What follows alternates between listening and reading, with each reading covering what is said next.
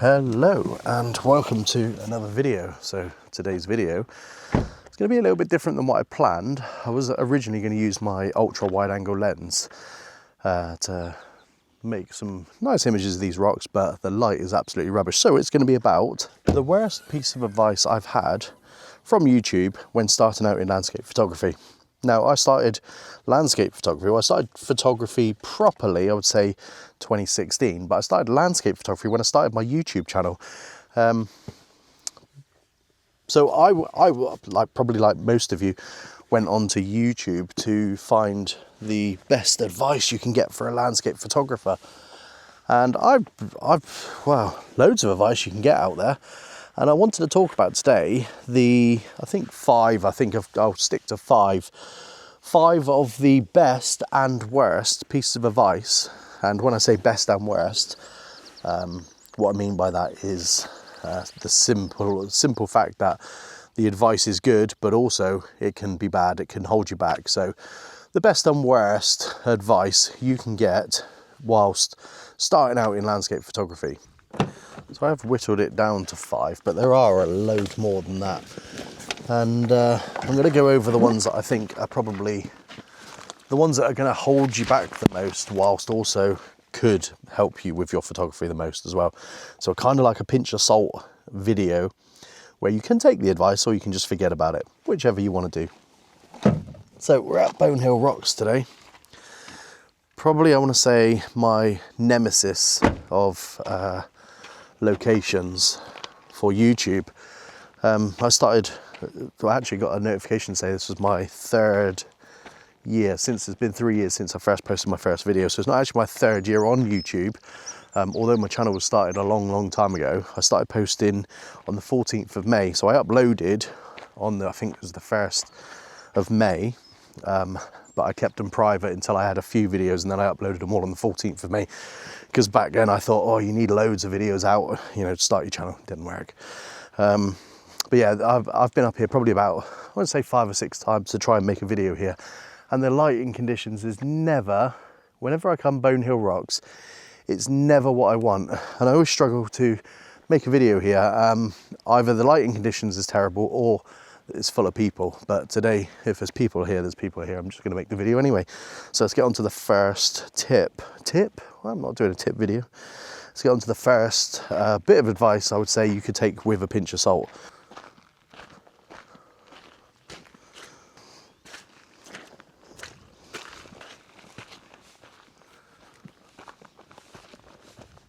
So what's the first one? The first one, I would say, and it's probably going to be the most controversial out of the 5 that I've got, and that is shoot in RAW.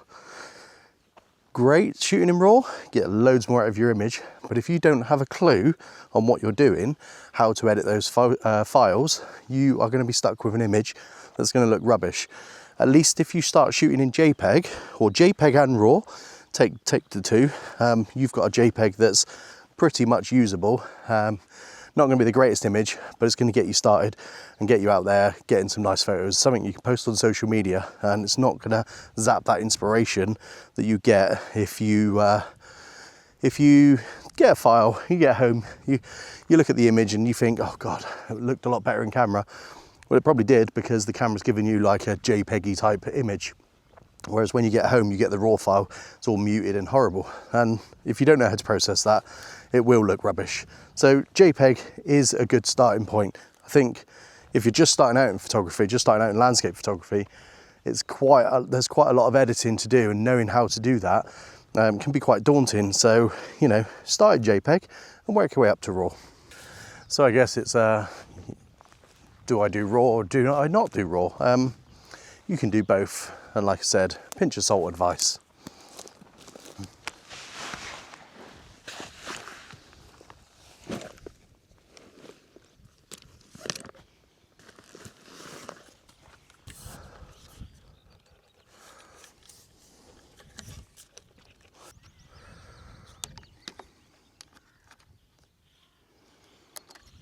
So the next little bit of advice I would say is good and bad is get yourself a nice wide angle lens for landscape photography, which is great.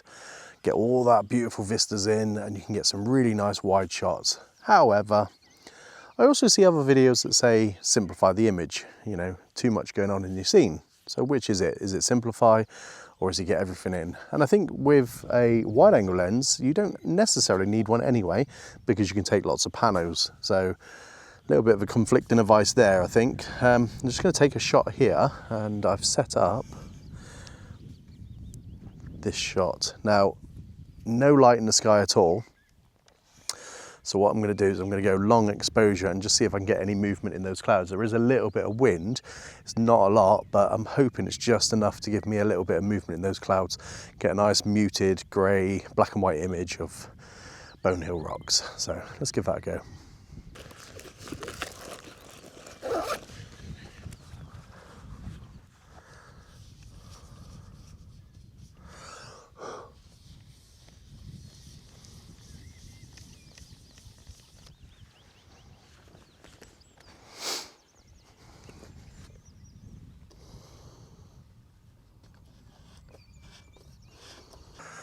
Okay, so I come down nice and low for this shot. Now, I was going to do like the streaking of the clouds going through, but we've just got a load of sun just hit this rock and it's absolutely beautiful.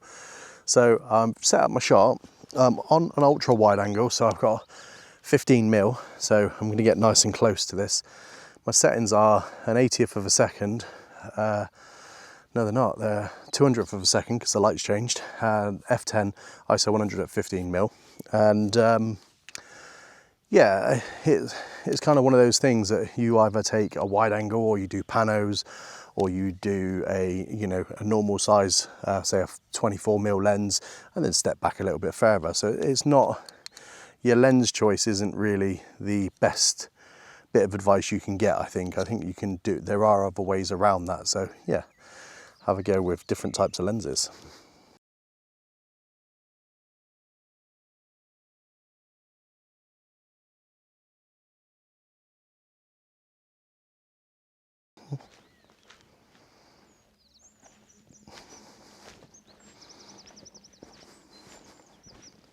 So the next bit of advice I would say could be confusing is use a tripod. So a tripod will slow you down, it will stop and make you think about your composition, it will make you think about what's in your frame. Now I've also seen the reverse of that, where people say don't use a tripod, it will slow you down, it will limit your ability to get a good composition. Now me personally, I like to use a view catcher so I can walk around. Before I get my camera out, I'll walk around and get a good composition and see where I like, see what kind of an image I like the look of before I get my tripod out. So this is my advice. Mine is to get your composition, kind of get your composition to the way you want it, then get your tripod out and then use it to slow you down. Don't get it out to start with, which, you know, I've seen videos on both of those. It's get your tripod out, stick your tripod down, set up your composition, find out what it is you like about it, move things around. So yeah, bit of conflicting advice there. Do what you do, you know, choose whatever it is works for you, whatever your mindset is. See, my mindset, I'm quite chaotic, quite an ADHD brain. I'm always on the go in my head. So for me, a tripod does help me slow down. It helps me think about my composition, so I can get my tripod out, put it down, and then I can put my camera on it and think, okay, I really like that, or I hate it, and then get up and move somewhere. But always try and find somewhere first with one of these little view catchers. You obviously don't use these. That's why you see film directors doing this back in the day, because it just helps frame your shot before you get everything out your bag and do that. So yeah, that's the thought process on that, is just use a view catcher. Helps out massively. Not sure how well this shows up, but I like this rock. It's got a lovely curvature to it. It leads you into the frame. So I'm using this rock and this rock to kind of draw you into it, and then framing it with the big rock in the background. Yeah, the sky's it's a bit of a blown out sky at the moment because there's not a lot of cloud there, but I've got 150th of a second f10 ISO 100 at 15 mil, and then I'm going to take a second shot and then blend them in post 1/400th of a second, f10, ISO 100 at 15mm, and then I'll just blend those two together and get that sky nicely exposed with my foreground. So I will do that, pop it up on the screen.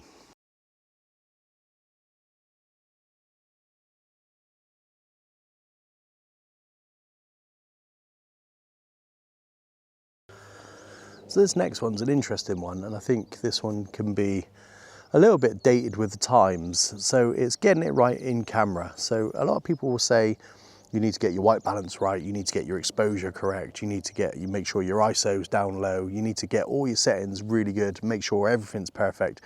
The least post-processing you've got to do, and you haven't got to worry about not being able to get a satisfactorily good image.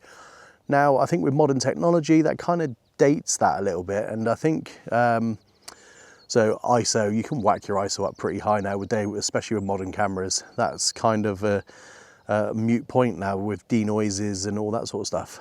Composition, I think personally, if you go out and take a photo and the composition's not right, you can crop it to a decent composition sometimes. It's a good learning process to be able to work out what you like and what you don't like. Settings wise, overexposure, underexposure, a lot can be done if you're shooting in RAW.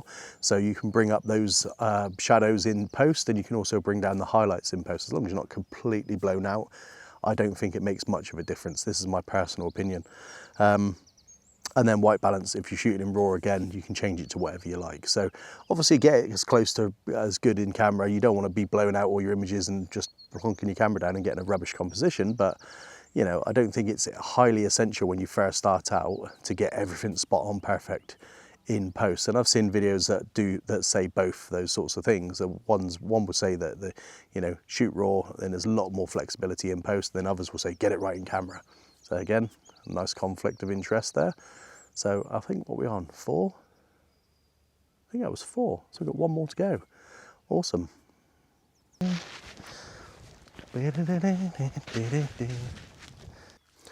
Final piece of advice, final composition. Let me just show you the composition first, then the light has just disappeared. So compositionally, we've got this rock here in the foreground.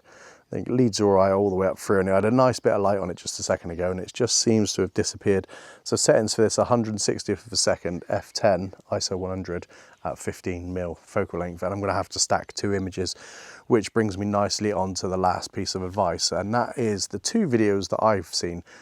One, which is something I believe for a long time, light's just coming back again, something I believe for a long time, and that is don't buy expensive lenses and then stick a cheap piece of glass on the front of your lens for your ND filters, which kind of made sense. Why would you spend £1,000, £2,000 on a lens and then stick a 50 quid filter on the front?